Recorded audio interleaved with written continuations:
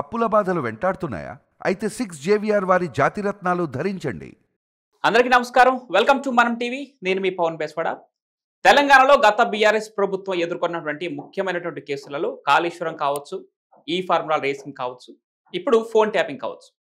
ముఖ్యంగా phone tapping గురించి మాట్లాడాల్సి వస్తే ఇది రాష్ట్రాల సరిహద్దులు దాటి వ్యవహారం జరిగిందా అనే ఒక వాదన వినపడతా ఉంది. ముఖ్యంగా ఇక్కడ ఏపీ కాంగ్రెస్ పిసిసి అధ్యక్షురాలు షర్మిల చేసినటువంటి వ్యాఖ్యలు ఇప్పుడు దుమారం రేపుతున్నాయి. నా ఫోన్ కూడా హైదరాబాద్ లో ట్యాపింగ్ చేయడం జరిగింది. అదేవిధంగా నిన్న సాక్షిగా విచారణకు హాజరైనటువంటి పిసిసి మహేష్ కుమార్ గౌడ్ ఆయన కూడా చెప్పడం జరిగింది. రేవంత్ రెడ్డి ఫోన్తో సహా చాలా మంది ఎమ్మెల్యేలు దాదాపుగా 650 మంది ప్రముఖుల ఫోన్లను ట్యాప్ చేయడం జరిగింది అని చెప్పేసి ఒక పెద్ద బాంబు పేల్చారు. సో దీనిపైన విశ్లేషణ తీసుకుందాం. మనతో పాటు సామాజిక రాజకీయ విశ్లేషకులు డివి శ్రీనివాస్ గారు ఉన్నారు. సార్ నమస్కారం. ఫోన్ ట్యాపింగ్ రాష్ట్రాల సరిహద్దులు దాటి వ్యవహారం జరిగిందా? హైదరాబాద్ కేంద్రంగా దాదాపుగా అంటే 2018 నుంచి 23 మధ్య కాలంలో 1000 మంది ప్రముఖుల ఫోన్లు ట్యాపింగ్ గురయ్యాయి. ఇది ప్రధాన విమర్శ. ఎలా చూడాలి సార్? కాదెవరి ఫోన్లు ట్యాపింగ్ కి అతీతం. శ్రీశ్రీ ఏదో కాదేది కవితకు అనర్హం అన్నాడు. ఇవాళ వీళ్ళు ట్యాపింగ్ చేసిన ఫోన్లు ప్రతిపక్షాల ఫోన్లు ట్యాపింగ్ చేశారు, ఆ నాయకులవి. జడ్జీల ఫోన్లు ట్యాపింగ్ చేశారు, జర్నలిస్టుల ఫోన్లు ట్యాపింగ్ చేశారు, హీరోయిన్ల ఫోన్లు ట్యాపింగ్ చేశారు, సెలబ్రిటీలు, లేకపోతే అసలు సొంత పార్టీ నాయకుల ఫోన్లు ట్యాపింగ్ చేశారు. ఇంకా అసలు పరాకాష్ట అసలు కుటుంబ సభ్యుల ఫోన్లు ట్యాపింగ్ చేశారు. అంటే చెల్లి ఫోను అన్న ట్యాపింగ్ చేయించాడా? ఇప్పుడు ఇక్కడ కవిత ఫోన్ ట్యాపింగ్ గురైందని ఇక్కడ తెలంగాణలో ఆమె అసలు ఆ రోజు మాట్లాడిన మాటలు, నా అరెస్ట్ కూడా కుట్ర, నన్ను జైల్లో పెట్టడం కూడా కుట్ర అంటే కవిత మరి ఆమె ఫోన్ ట్యాప్ గురైందా? అప్పట్లో ఏంటంటే ఆ phone calls Delhi liquor scam లో వాళ్ళతో అరెస్ట్ అయినటువంటి ఇతర నిందితులతో ఏంటి అదేదో సౌత్ బ్లాక్ వీళ్ళందరూ కలిసి ఒక వాట్సాప్ గ్రూప్ ఏర్పాటు చేసుకోవటం, ఆ ఫోన్లు అందులో ఉన్న వాట్సాప్ చాట్ ఎలా లీక్ అయ్యాయి అంటే ఆ పోలీస్కి ఇచ్చినటువంటి ఆ నంబర్లలో కవిత నంబర్ కూడా ఉందా?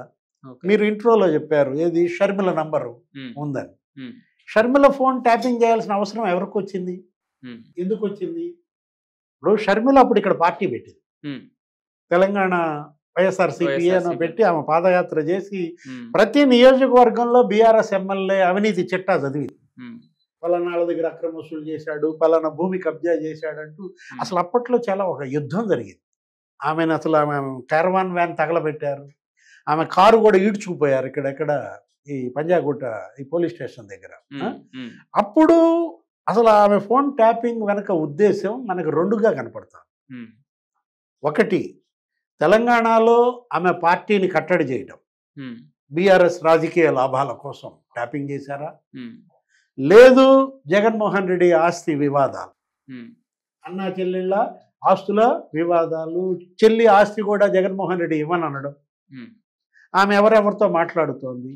అప్పట్లో నీకు ఒక విషయం గుర్తు చేస్తాను, వైసీపీ ఎంపీ ఎవరో ఇక్కడ ఉన్నారు, ఇప్పుడు ఫస్ట్లో గెలిచినటువంటి ఆయన 2014లోనో ఎవరో పొంగులేటు ఎవరో ఆయన షర్మిలకి ఏదో సహాయం చేయాలని ఆయన ముందుకు వస్తే ఈమె అడిగింది, ఇట్లా పార్టీ నడపాలన్నా పాదయాత్ర చేయాలన్నా కొంత ఆర్థిక సహాయం అందరితో ఇప్పిస్తుంటారు కదా, ఆయన ఇవ్వటం ఇతరులతో ఇప్పించటం ఏదో వాళ్ళు మాట్లాడుకుంటే వెంటనే జగన్మోహన్ రెడ్డి అతనికి ఫోన్ చేయడం, అతను పిలిపించడం. పొంగులేటి శ్రీనివాస్ రెడ్డి ఖమ్మం నియోజకవర్గం మాది. ఆయన్ని మరి ఏంటి నా చెల్లికి ఇస్తే నేను ఇచ్చుకుంటా, నువ్వెవరో ఇవ్వటానికి అన్నట్టుగా ఆ షర్మిలకు అందే సాయానికి జగన్ అడ్డుకోవడం.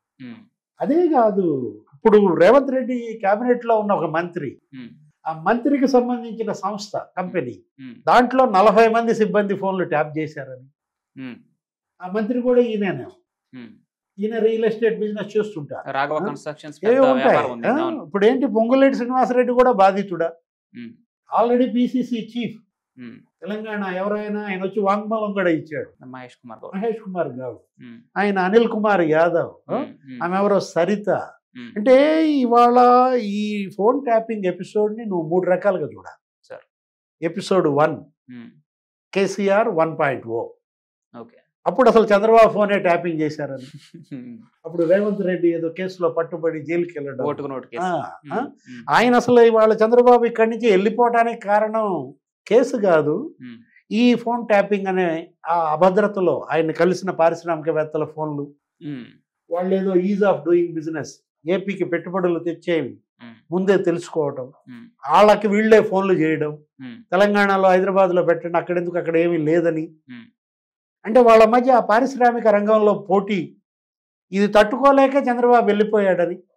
అదేంటి కేసీఆర్ 1.0లో నీకు ఆ ఎన్నికలకు ముందు 2019 ఎన్నికలకు ముందు తెలుగుదేశం అభ్యర్థులందరి ఆర్థిక మూలాలు కట్టడి చేయడం, ఆ ఓట్ల కొనుగోలుకి ఉన్న డబ్బులు వీళ్ళు తీసుకెళ్తుంటే అవి పట్టుకోవడం, ఇదంతా ఫోన్ ట్యాపింగ్. అప్పట్లో ఏంటి, ఆ మాగంటి రూప, ఆమెకు సంబంధించిన మురళీమోహన్ కోడలు రాజమండ్రిలో ఏదో వాహనాల్లో ఒక 70 లక్షలు ఏమో పట్టుకున్నారన్నారు, ఇంకొకళ్ళ దాంట్లో ఎవరి దాంట్లో ఒక 2 కోట్లు పట్టుకున్నారన్నారు.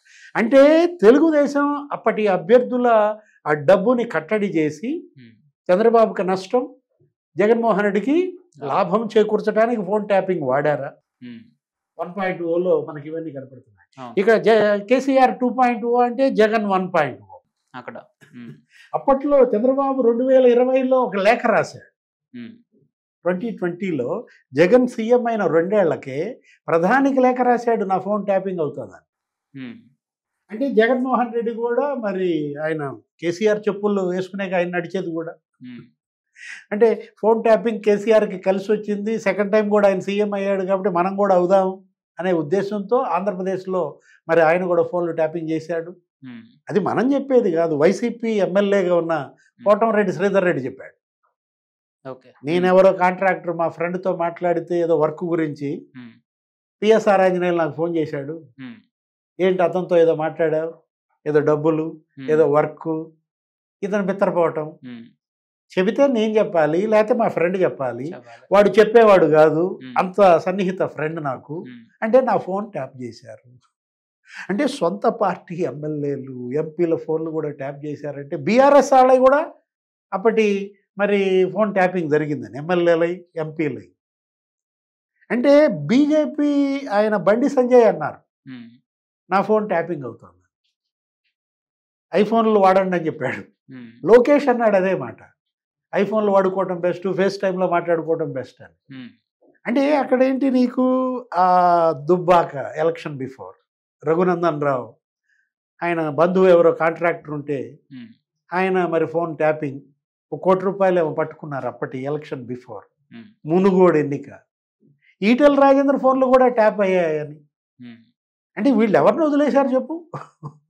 అంటే సొంత పార్టీ వాళ్ళు, ప్రతిపక్షాలు, అసలు ఆంధ్రప్రదేశ్ హైకోర్టు న్యాయమూర్తులు ఆశ్చర్యపోయారు. మేం మాట్లాడుకునే బయటికి ఎలా తెలుస్తున్నాయి. ఇప్పుడు ఈ కేసులో ప్రభాకర్ రావు ఆయన అప్రూవర్గా మారితే ఏంటి సార్ పరిస్థితి? ప్రభాకర్ రావు మారాడంటున్నారు, అతను చెప్పిన సమాచారమే ఇదంతా. Chandrababu phone tapping, Sharmila phone tapping. గతంలో మరి ప్రణీత్ రావు చెప్పలేదు, అరెస్ట్ అయినటువంటి ఆ మిగతా వాళ్ళు భుజంగరావు లేకపోతే రాధాకిషన్ రావు వాళ్ళెవరు చెప్పలేదు. వాళ్ళంతా కూడా ఒకే సామాజిక వర్గం అంటారు. అంటే మొత్తం హార్డ్ డిస్కులు ధ్వంసం చేశారు. ఏదైనా ట్యాపింగ్ అనేది మహా నేరం. అదేంటి, అది టెలిగ్రాఫ్ యాక్ట్ 66 ప్రకారం, ఐటీ యాక్ట్ 419 ప్రకారం చాలా తీవ్రమైనటువంటి నేరం. నీకు అమెరికా అధ్యక్షుడే దిగిపోయాడు. అంటే ఒక దేశద్రోహం కిందకు వస్తుంది అనేది ఒక వాదన. అంతే కదా, దేశద్రోహానికి పాల్పడే వాళ్ళ ఫోన్లు ట్యాప్ చేయాలి. మరి వీళ్ళు దేశద్రోహుల? కవిత, షర్మిల, చంద్రబాబు, లోకేష్ మావోయిస్టులు ట్యాప్ చేస్తుంటారు. ఆయన నిక్సన్ పడిపోయాడు, రాజీనామా చేశాడు అమెరికా అధ్యక్షుడు వాటర్ గేట్ కుంభకోణంలో. ఇక్కడ రామకృష్ణ హెగ్డే రాజీనామా చేశాడు. కర్ణాటక సీఎం, కేంద్ర మంత్రిగా ఉన్నటువంటి రామకృష్ణ హెగ్డే ఆ ఫోన్ ట్యాపింగ్ వల్ల బలయ్యాడు. ఇప్పుడు ఇవాళ వీళ్ళు ఓడిపోవటానికి కూడా అదే కారణం. అంటే ఎందుకు ఇంత అనుమానం, ఏంటి అభద్రత? వీళ్ళ అనుమానాలు, వీళ్ళ అభద్రతే ఈ 2 పార్టీలని, ఈ 2 మాజీ సీఎంల కుటుంబాలని ఇవాళ బలి చేశాయా? Thank you sir. నమస్తే.